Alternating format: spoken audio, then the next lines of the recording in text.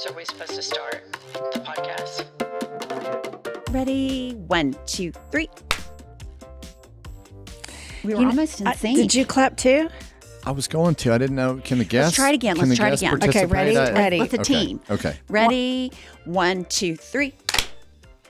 I mean, that is a clap on. Look at the. I just get so happy. Look at the joy out of Meemaw. Look at that joy. The simple things in life. It is the simple things when you get to be my age. All right, listen up, listener. We have a big day for you today because we have invited Josh Welch back into the studio to discuss my grievances, his grievances, Pump's grievances. This is going to be nothing short of a trifecta of grievances. Yes, and I hate to say it. It pains me deeply to say that Josh is a crowd favorite. It's hard on me. And Jennifer said trifecta, not to be confused with a ménage, trois.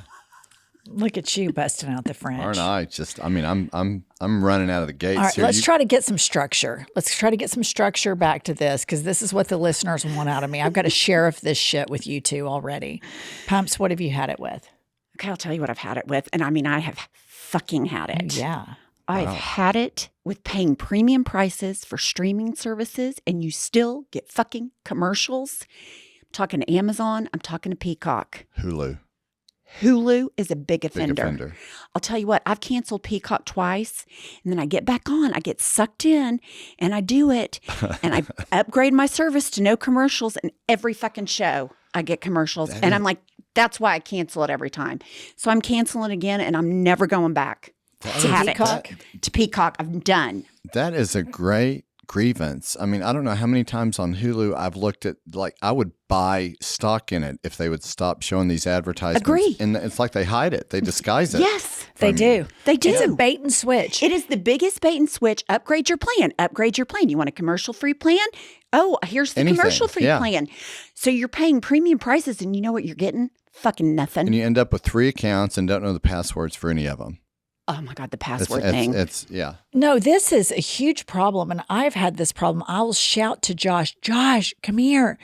I have these commercials on my Hulu, and then he starts getting into our accounts. He's like, I have the most expensive plan that you can possibly have on Hulu. There's no way I would shortchange us on a plan. No. I mean, it's top-tier planning. If they tell me it's $100 extra a year, no commercials, here's your $100. We're paying happily. Instead, I get all snuggled in for my nighttime first 48 hours, and there's 6 commercials. My head's exploding. I'm so fucking mad. I want to just throw the TV out the window. I can't take it. And to think back in 1977, we would literally sit down on the floor and get up, change it from 3 to 4. That sucks. 5 to 6. That sucks. 6 to 7. And think where we are now. So spoiled. So I've got to endure 10 or 15 seconds of this bullshit. Yeah, I can't do it. That's what I added it up. There were 6 minutes worth of commercials in my 48-minute show. And I mean, you would have thought someone shoved a hot poker in my ass. I was so mad. It was awful. You know, your listeners are probably thinking, how do we get the I've Had It podcast without these fucking commercials? That's what I bet they're saying that. I bet they're thinking, I know your pain because I have to endure it on this goddamn podcast every time. But you're 100% right. That's right. Right, but listeners weigh in. Something has got to pay for Pump's Mounjaro and Botox. I mean, this Botox ain't cheap. All right. So let me tell you what I've had it with. It's kind of in the same vein. And it is when you buy something and there is assembly required. Oh. Mm-hmm. The assembly required. Let me tell you how this goes down at my house. All right. Josh is well stocked with sea salt spray, wrinkle creams, all sorts of designer clothes. We do not have tools.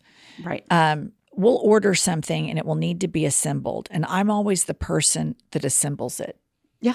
12 times out of 10, I assemble it. When we moved our son to Syracuse to go to college, he bought a gaming chair in Syracuse. And Josh and I are up there, and there's this gaming chair that my son and I go to the Syracuse Walmart and buy. We bring it back, and Dylan, our oldest son, and Josh just kind of look at the instructions and look at the chair, and then they both busy themselves with something else. Right. I assemble the entire gaming chair all by myself. Finally, I'm so beside myself. Dylan chips in. You know who didn't chip in? Josh Welch. You know who didn't man up? Josh Welch. You know who didn't man up like Jesus? Josh Welch. Josh Welch. I still get, it seems like there's two different kinds of screwdrivers. There's like a Phillips and then there's the Flathead. Flathead. I'm still trying to kind of figure that out. Like every now and then I'll grab the wrong screwdriver. But Jennifer's not being 100% accurate in that story. I think I did offer initially. And then you probably thought, look, if Josh is going to tinker with this fucking thing, we'll be here for about another week. So no, I'm not letting you anywhere near it. Well, but here's the thing. That was an empty offer. Right, that's right. I mean, you were never ever going to put the chair together. But when you've earned the nickname the sheriff, then that's part of your job. The Cavalier is coming, and she's there to tell everybody what to do, give marching orders. Yeah. So. No, I remember when my kids were little, when you used to have to assemble all their toys on Christmas Eve from Santa. I remember being up till 3 o'clock in the morning while my ex-husband was fluffed up snoring so that I could put those all together. And I'm like, I never want to hear again, do you miss having a man around the house? Fuck no, I don't. Are we sure he was fluffed up snoring? He might have been fluffed up doing other things, but not with me. All right. Welcome to I've Had It. I'm Jennifer. I'm Angie. She is Mima. She is America's greatest legal mind. She is the star of the show, the hottest woman in podcasting. Kylie, do you have any hate comments surrounding possibly the show today? I do. I actually picked out some hate comments for Josh Welch himself. Oh my God, that makes me so happy. It's like it's my birthday. Cannot wait. All right, these are from YouTube.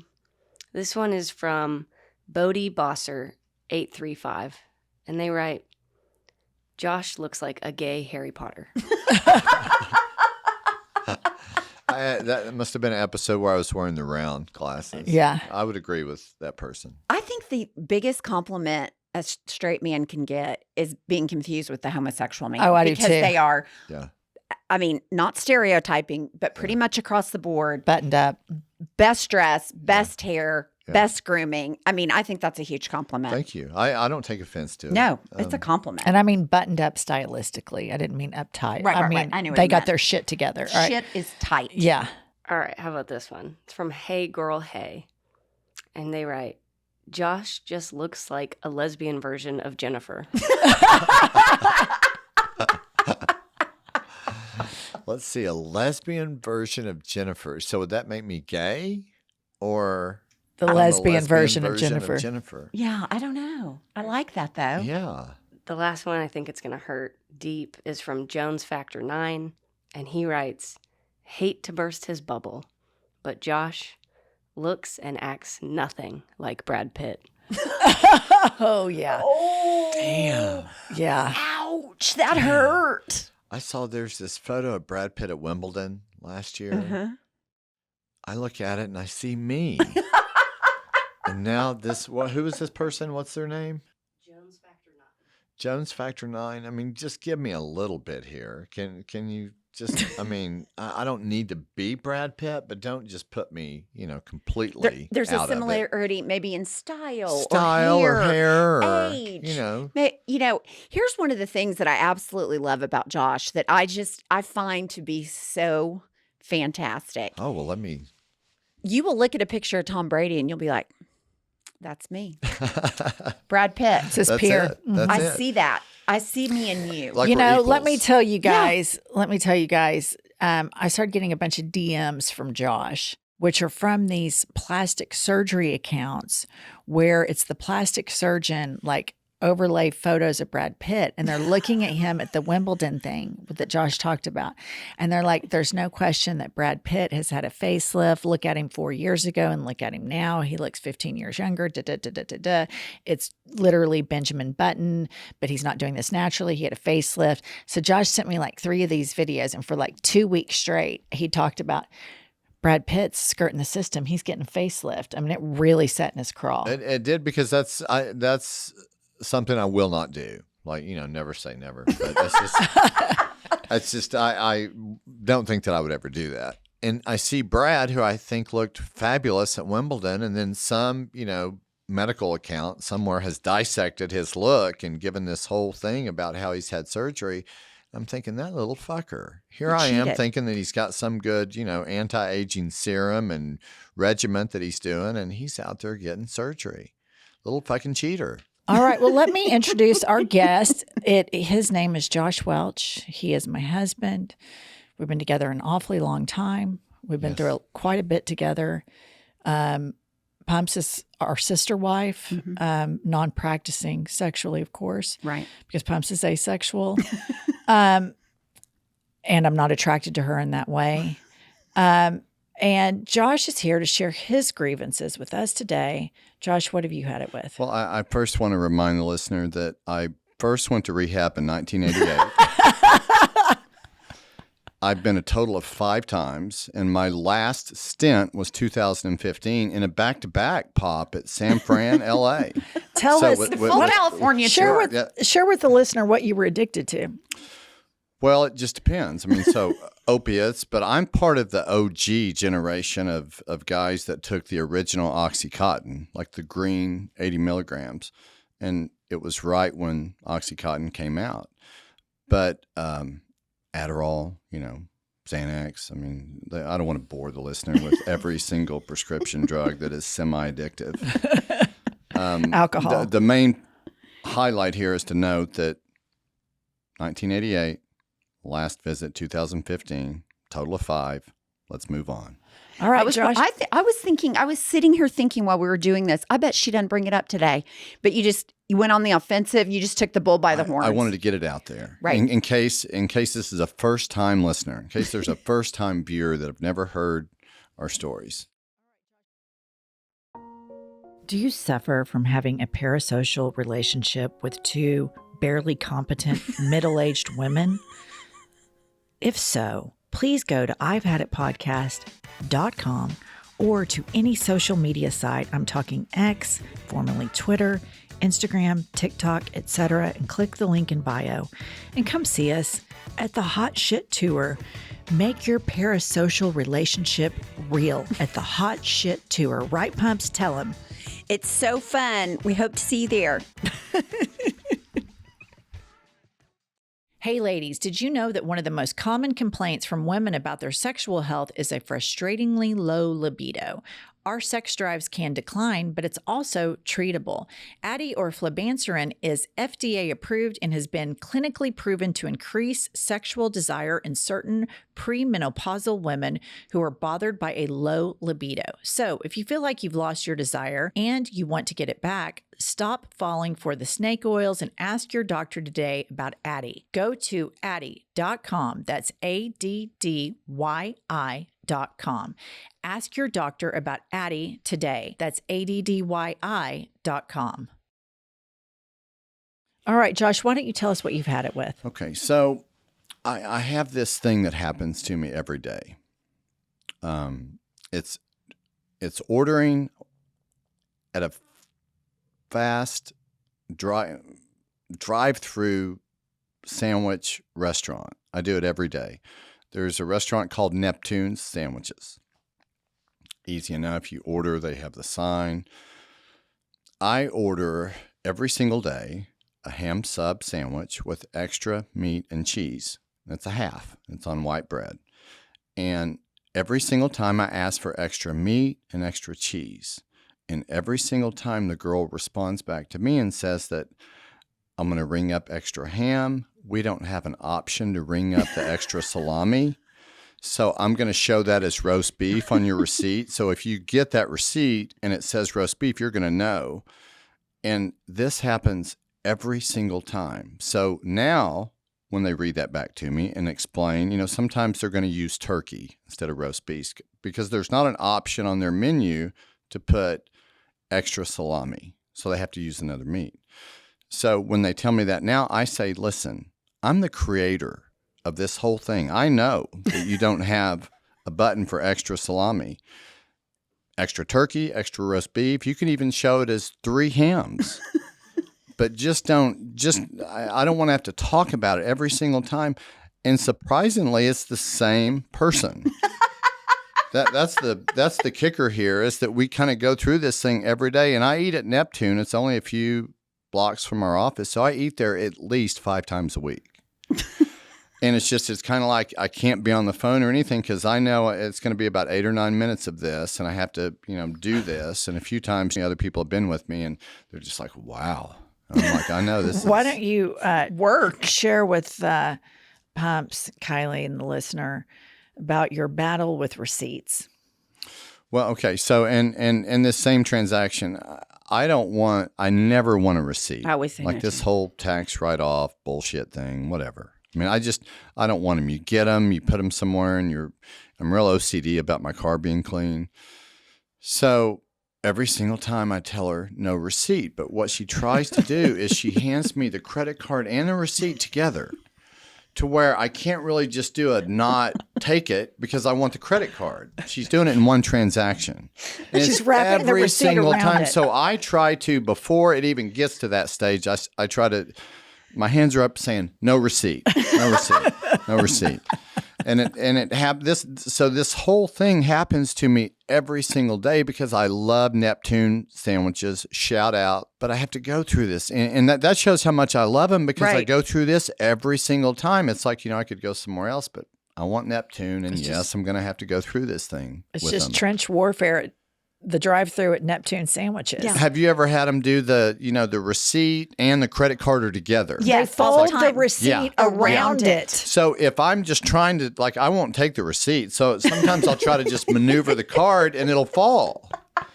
And then I have to get out because I will not, my hands will not go on that receipt. I don't want it. I've already told you I don't want it, and they're still trying to give it to me. I don't want the write-off. I don't want excess paper. I don't want trash in my car. I want none of it. I want 0 part of your receipt. Okay, I want to get into something here. And this is your problems when you order food at restaurants. How many times per year do you think when we go out to eat or in a drive-thru, in a restaurant takeout, that you can look at an order and order something like, I'll take the number 2, and there's no modifications to it whatsoever? The closest thing to that would be everybody knows the 99-cent McDonald's cheeseburgers. Right. The closest I get to that is I have to have that cheeseburger with no onions. And that's the closest thing I've ever gotten to ordering something directly off the menu. It was just minus one thing. So because I never have experienced this with you in our 23 years of bliss. I've never experienced eating with you. Warfare. Trench warfare. I have never experienced with you at a restaurant where we are able to sit down and we look at a menu and you're able to just say, I'll take the fish of the day, please. And then that's the end of it. Yeah. And the waitress writes it down and everybody moves along. I already start to get worked up because I know that you're going to be at a battle with the restaurant immediately about what you can remove, about what you can add. And I just know it's happening. And I know that then they're going to bring it out and the order's going to be fucked up and then you're going to send it back. I know the deal. There's one last thing I want to say about this receipt warfare. One time I was at Brahms. They give me the receipt, and then I do something. And then I say, hey, I don't need the receipt. And they say, I'm sorry, we're not allowed to take trash from customers. And I was like, you just gave me the receipt. He goes, I'm sorry, we don't accept trash. You know how if you try to give, a store bag. And I'm just like, I don't want this fucking receipt. You're the one that just gave it to me. And they just would not. They said, this is a firm stance. We do not accept any trash from our customers in the drive-thru. I'm sorry. I kind of love that they were fuck you. I just gave it to you. Now it's trash. Yeah, they did. So that's why at Neptune, there's the battle. I'm not, it's like a contract. I'm not going to accept your contract. I'm not going to do that because then I'm on the hook for it if you don't want to take it back. Yeah, so that's why I am aggressive about this no receipt because I've been bamboozled before by Brahms. Let me tell you guys what it's like. Brahms is this regional, delicious ice cream place that's in Texas, Oklahoma. And so we go there to get ice cream and we'll go through the drive-thru and Josh is driving. And I just have to tell you, number one, when he orders into the speaker, what goes down and how like he has like fighting voice, fighting stance, fighting heart rate. I mean, it is just like all of his senses are completely elevated. And I'm just sitting there like, oh my God, this is ridiculous. Then we get to the pay window first. So they'll have like the pay window, then the ice cream delivery window. And he's literally like, he's waiting on it. And they'll start to hand the receipt and the credit card. And he'll like reach and he'll grab the card. I don't want that receipt. I don't want it. He's doing like these huge, I do not want the receipt. And they're kind of like, okay, bro. I'm like, these people are making minimum wage. And Josh acts like they are trying to infiltrate his car with fleas. And I just say, look, I've been fucked by you guys before, and it's not going to happen on my watch again. Fool me once. It's just not. Shame on you. Fool me twice. That's right. It's Shame not on never happening. get fooled again.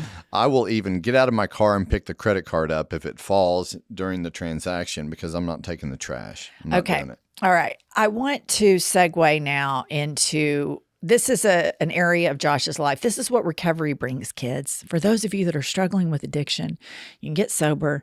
And then you have great problems like not allowing receipts into your car. This is what we call normal people problems because we've had some real fucking shit. All right. Now, segueing over to some more normal people problems for my darling Josh.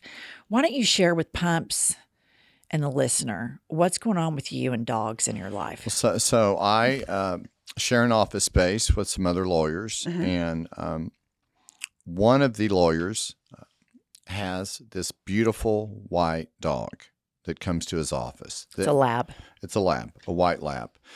And his name is Milo. And Milo is also on their firm website. And he's just the sweetest, nicest dog in the whole world.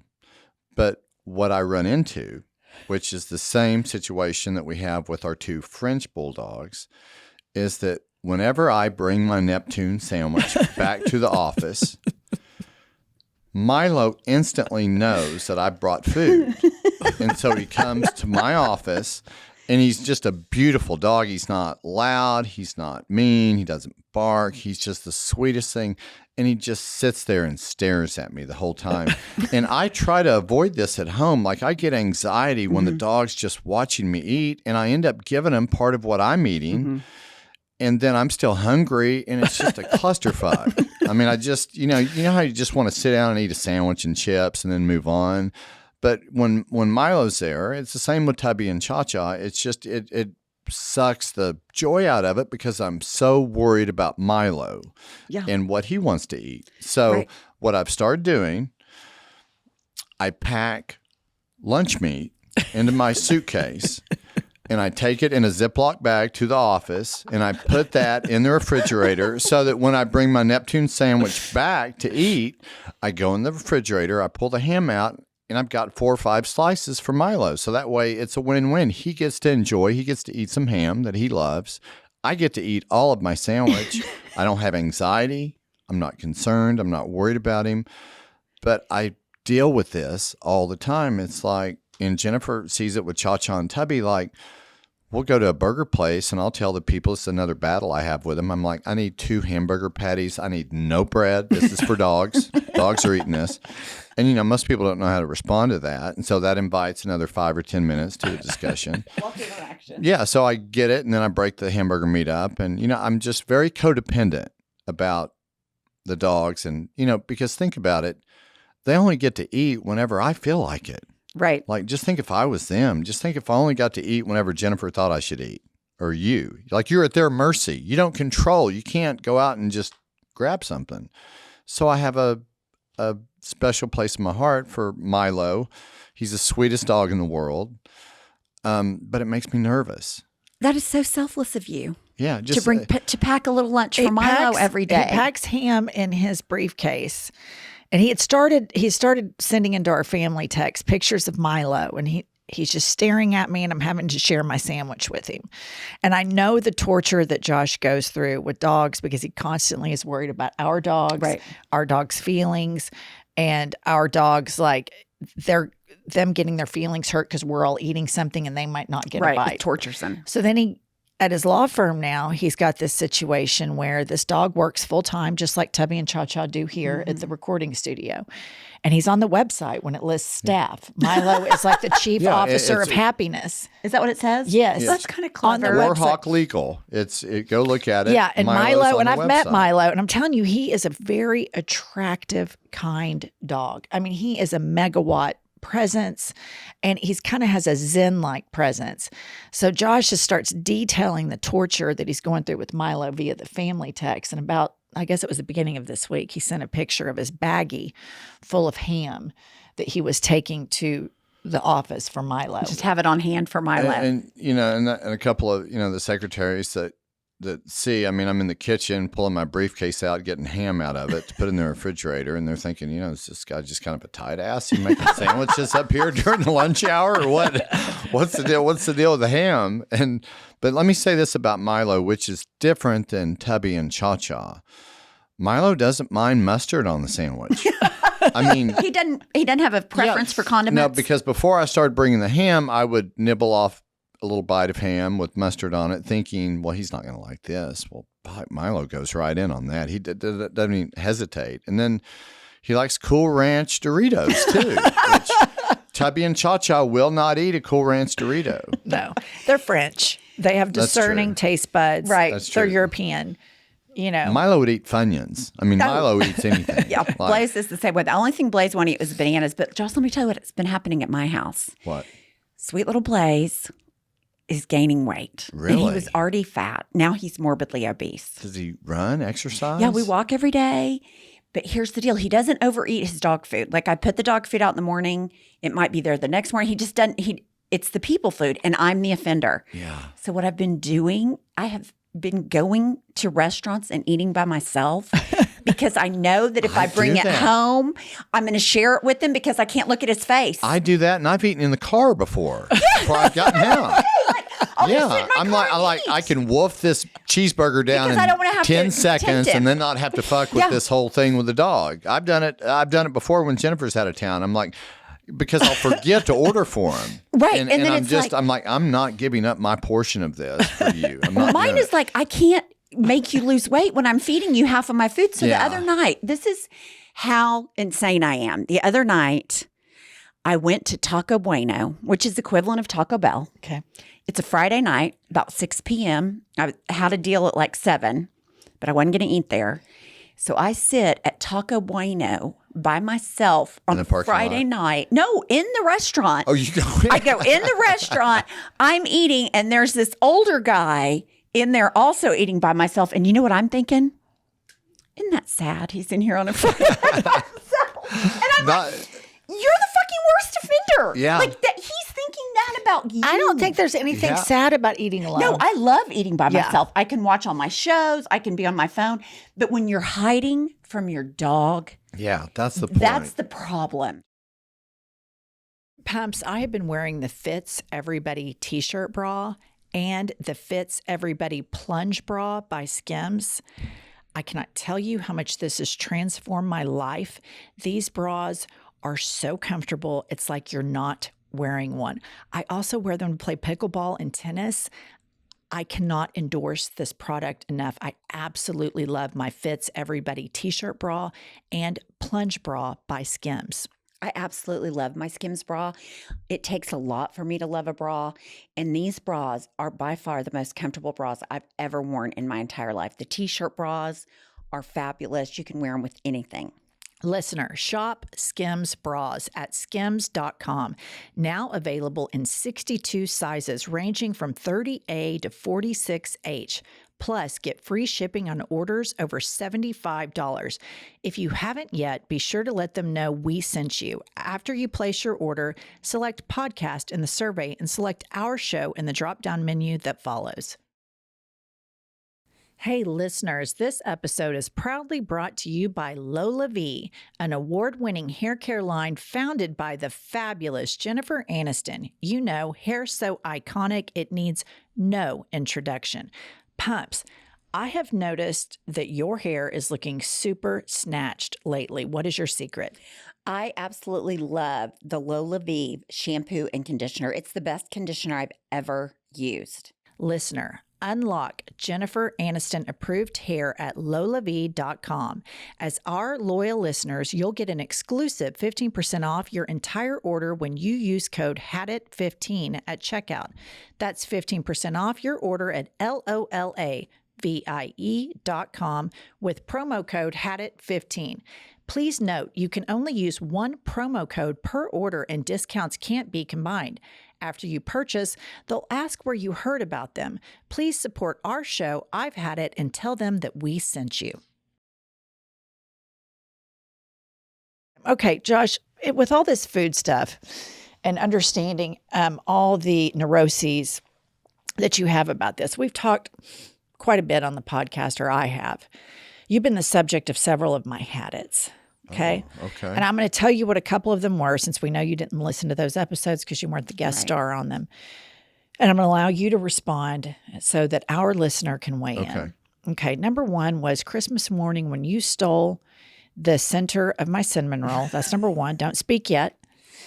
Number two is when you engage in what I would call superior bite shopping. You hover over my plate of food at the island, and maybe I have a plate of nachos, and you see one chip in particular that has a really good distribution of cheese, of salsa, and of chicken. It's like the perfect bite. And I'm able to delay eating that bite because I want to save it for later. But you zero in on it like a heat-seeking missile, and you're always shopping on my plate for the most superior bite on that plate. And when I look away to tend to my children or my dog children, or maybe look at my phone, that bite's gone. What do you have to say for yourself? Well, I first want to admit 100% on this cinnamon roll thing on Christmas Day. Like, it was a complete fuck over. It's like, it was the juiciest. You know, the bite where the butter and the you know, icing. It's got more of the icing than anything, and it's the heart of it, like the crux of it, like the gist of it. I saw that, and I just really didn't have a good excuse. I was like, fuck it, I'm going to take that bite. I mean, it's going to be a source of contention, but it's a good fucking bite, so I'm taking it. And I did, and of course she looked at me like, what the fuck did you just do here? That was like the best bite ever. And I didn't really have an answer. I was like, God, I know I fucked up, man. I couldn't help it. It's like, so did you consciously think, did you act before you thought, or you thought, God, I shouldn't take that bite, I'm going to take it anyway? I did, and then after the bite, I realized I had zero defenses. Like, it dawned on me, like, you just jumped in there and saw this great bite. I thought you were finished. And I was like, bullshit. Well, that was the old Josh that came out that initially wanted to tell a lie in defense of himself. That was the old Josh. But I did. I resorted to the old tricks of lying. It's like, what do you mean? I didn't do that. But I 100% did it. Like, it was a horrible decision. Do you feel remorse? Man, it was a good fucking bite. I mean, let's not. You've seen those bites before, I know right? exactly the bite you're talking about. And if someone says, "Are you willing to take an ass chewing for that bite?" and I'd be like, I probably would. I mean, yeah, that's that good of a bite. But let me say this about the nacho plate.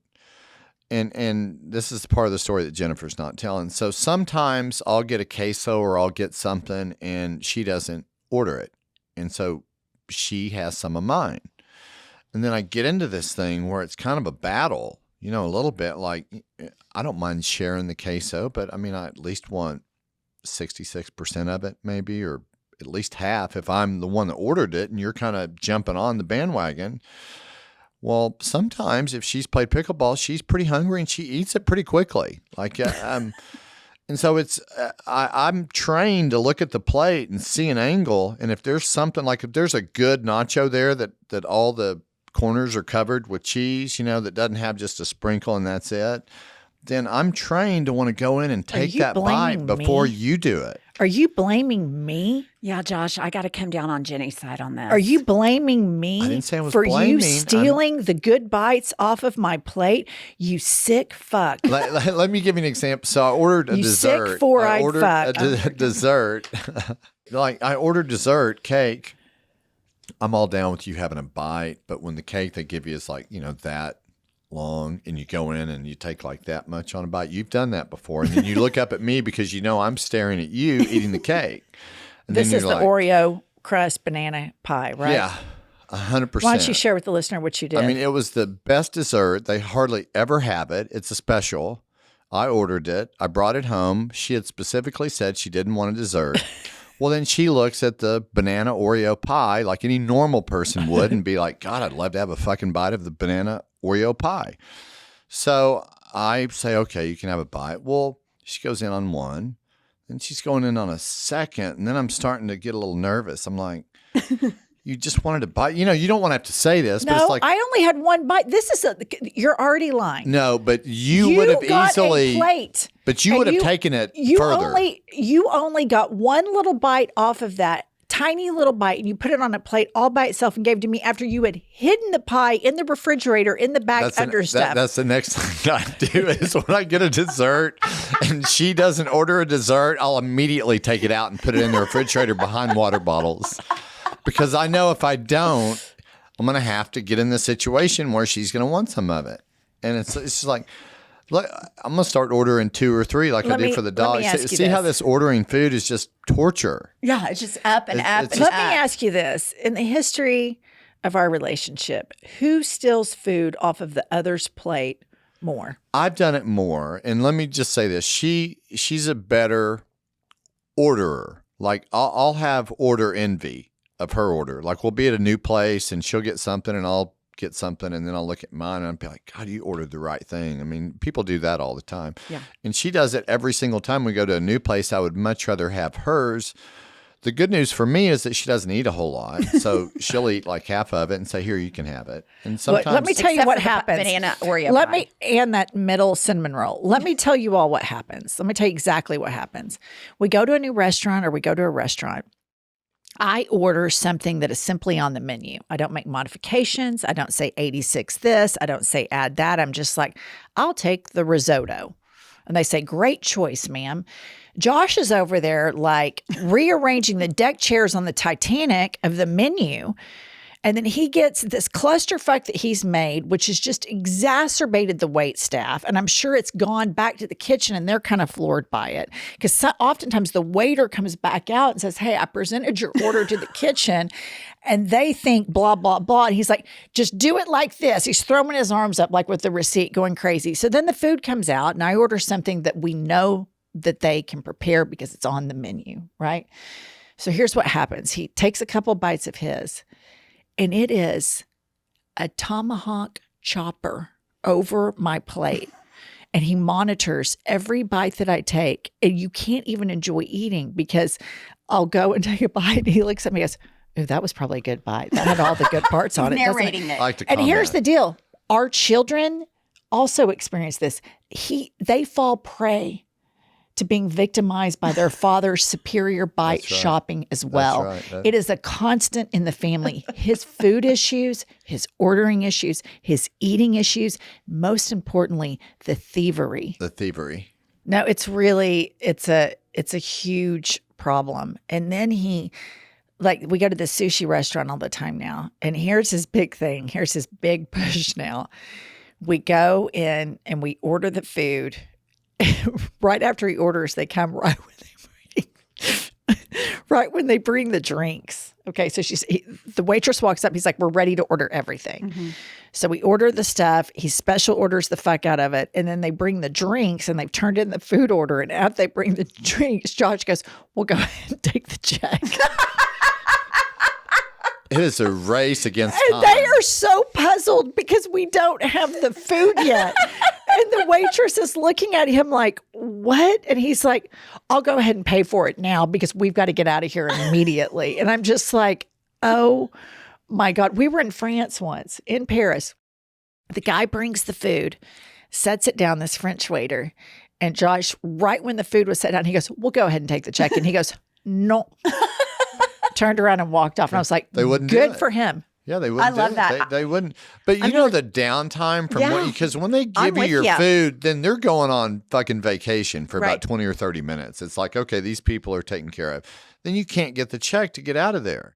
I have huge admiration for you because I have never thought about asking for the check when they put down the drinks. That's fucking genius. Yeah, because Genius. Because if they drop the ball, then you got another whack at them when the food comes. Right. So, right. Yeah. So you're I'm going to start you're doing covered this. either way. I love it. And if they slow play it, then when the food comes, you can say, "Look, we asked you about that check before. It's still not here. Still waiting on that check. Yeah. What's the deal?" See, I don't have any trouble marching over. Like if I see the server and I've asked for the check a couple times, I will just march over, tap them on the shoulder and say, "I'm so sorry. We were hoping to get our check." Yeah. And we have been victimized too many times by waitresses or waiters that desert the table after they deliver the food. Yeah. I mean, here's the deal. I'm gonna put a stop to this right here, and I'm gonna defend waiters and waitresses for a second, because what you're dealing with this man and this woman that just said they are victimized are complete psychopaths, because these people are in recovery from addiction. So when you don't have the alcohol that, belabors a dinner, recovering addicts want to dine and then get the fuck out immediately.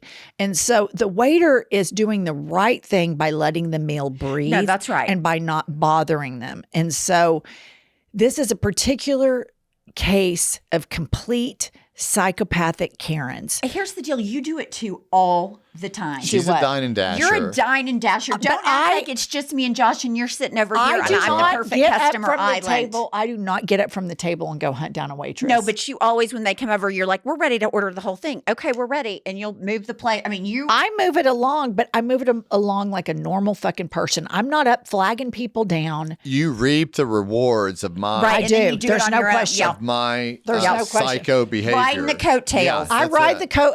I'm a Because you're Karen glad to get out of coattail there. rider. Yeah. No, I'm a Karen coattail rider. There's no question about it. But what I wanted to inject here, because all three of us have worked in restaurants all before been we were professionals, and I want to defend the people that do that, because it's difficult enough dealing with the general public, and then when you throw in psychopaths like us, right, it's incredibly I would probably say traumatizing work day for them. I don't think it would be as traumatizing as working on a Sunday with all the people fresh from church, because when I worked on Sundays, those motherfuckers do not tip at all. The worst tippers. Yeah. The bigger the Christian, the worse the tip. tipper. Yep.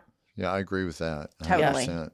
All right. Well, Josh, thank you so much for joining us. We always appreciate you. I think it is incredibly sweet how far you've come with your love of canines and actually packing a lunch for Milo. your coworker, Milo. I think that's so sweet. Is really sweet. I still think you're a dick for eating my center cinnamon roll piece, and the smug nature in which you owned it today will be problematic for you later this evening and over the course of the weekend.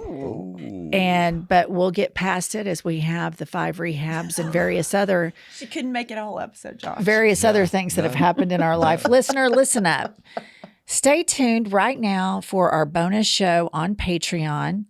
And we also launched a brand new podcast on Patreon called Girl Please. I still want the 5-star reviews. Pumps, tell them about the merch and tell them when we'll see them. We have a new merch shop. It is I'veHadIt.store.